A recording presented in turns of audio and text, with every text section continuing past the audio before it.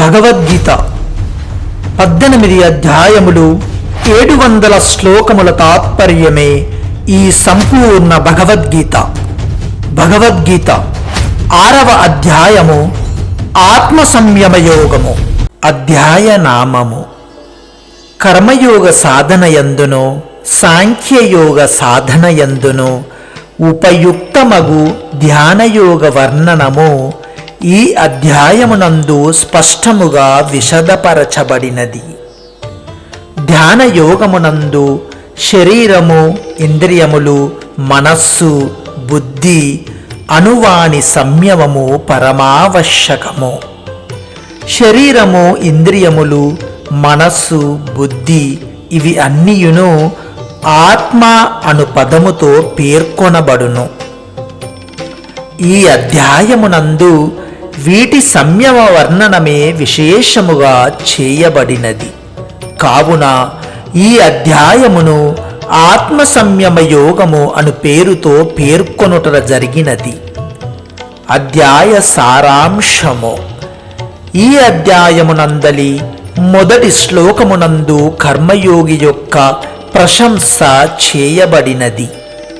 రెండవ శ్లోకమునందు సన్యాస మరియు కర్మయోగముల ఏకత్వము ప్రతిపాదింపబడెను. మూడవ శ్లోకమున కర్మయోగ సాధనా రీతి వర్ణింపబడెను. నాల్గవ శ్లోకమున యోగారూఢ పురుషుని లక్షణములను తెలిపి 5వ శ్లోకమున అట్టి పురుషుడు యోగారూఢావస్థను పొందుటకై వానిని ఉత్సాహపరచు అతని కర్తవ్య నిరూపణ చేయబడినది. 6వ శ్లోకమున మానవుడు తనకు తానే మిత్రుడు, తనకు తానే శత్రువు అను విషయ రహస్యము వివరింపబడెను. 7వ శ్లోకమునందు శరీరమును, మనస్సును, ఇంద్రియాదులను జయించుట వలన కలుగు ఫలము తెలుపుట జరిగినది. 8, 9 శ్లోకముల యందు పరమాత్మ ప్రాప్తి నందిన పురుషుని లక్షణములు, మహత్వము వర్ణింపబడినవి. 10వ శ్లోకమున ధ్యాన యోగమునకు ప్రేరణను ఇచ్చిన పిదప 11 నుండి 14వ శ్లోకము వరకును క్రమముగా స్థానము, ఆసన విధానము, ధ్యాన యోగ విధులు వివరింపబడినవి. 15వ శ్లోకమున ధ్యానయోగ ఫలము తెలుపబడిన పిదప 16, 17 శ్లోకముల యందు ధ్యానయోగమునందు పాటింపవలసిన ఆహార విహార శయనాదుల నియమములు, వాటి ఫలములను వివరింపబడినవి. 18వ శ్లోకమున ధ్యానయోగ సాధనలో అంతిమ స్థితికి చేరిన పురుషుని లక్షణములు తెలుపబడినవి. 19వ శ్లోకమున దీపమును దృష్టాంతముగా గొని యోగ చిత్తస్థితి వివరింపబడినది. అనంతరము 20 నుండి 22వ శ్లోకము వరకును ధ్యాన యోగము ద్వారా పరమాత్మ ప్రాప్తి నందిన పురుషుని స్థితి వర్ణింపబడినది.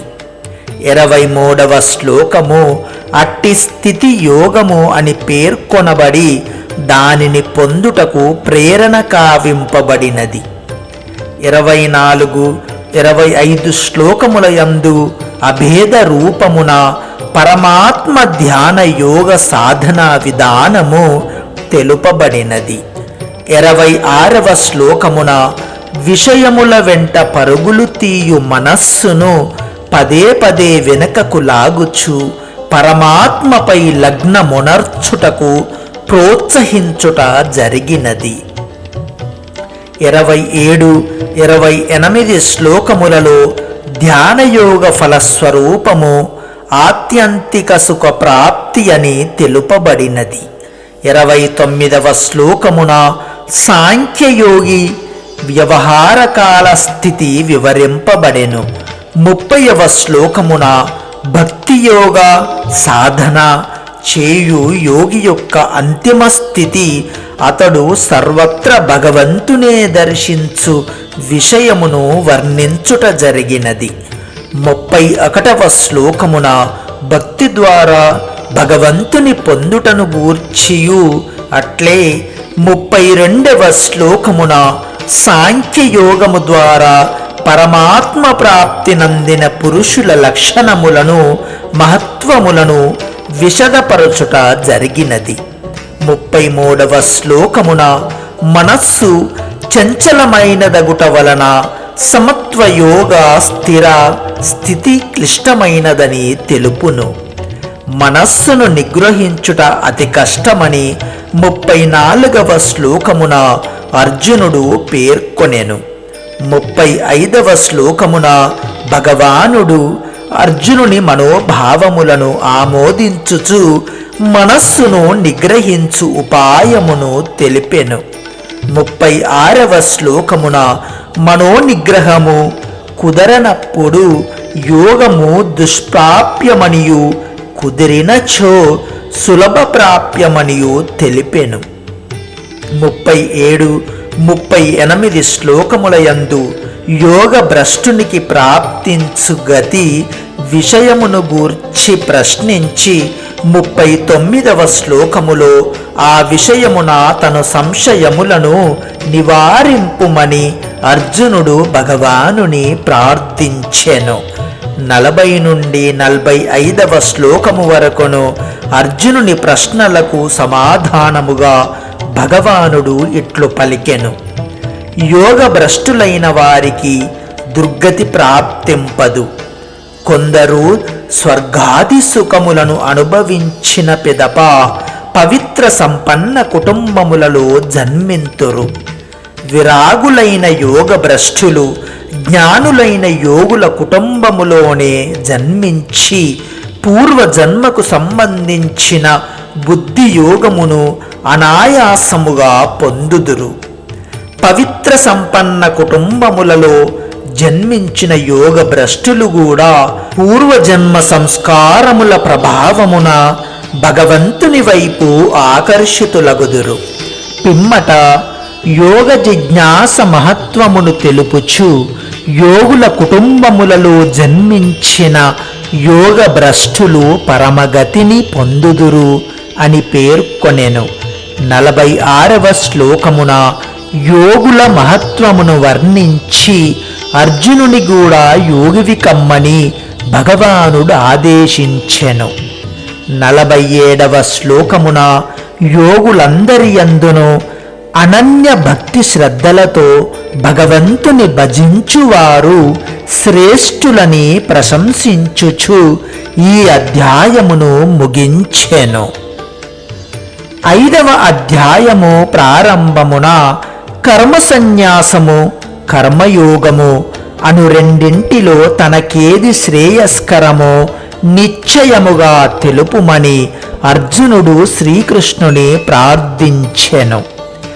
2 యోగ సాధనలను శ్రేయస్కరములే అనియు రెండింటి ఫలములు సమానములే అనియు తెలుపుచు కర్మ సన్యాసము కంటెను కర్మయోగము సాధనలో సులభ మగుట వలన అది శ్రేష్టమైనదని భగవానుడు విశదపరచెను.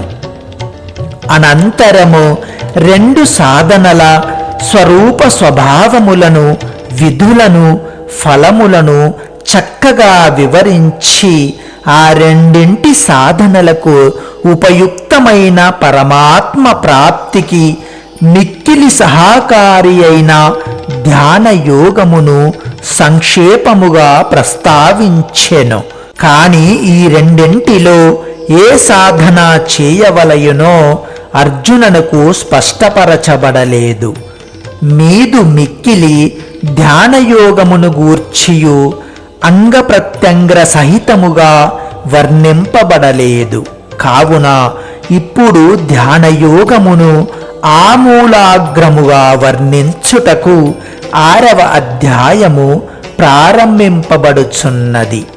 మొట్టమొదట అర్జునుని భక్తి శ్రద్ధలతో కర్మయోగమునందు ప్రవృత్తిని చేయుటకు భగవానుడు కర్మయోగమును ప్రశంసించుచు ఈ ప్రకరణమును ఆరంభించుచున్నాడు.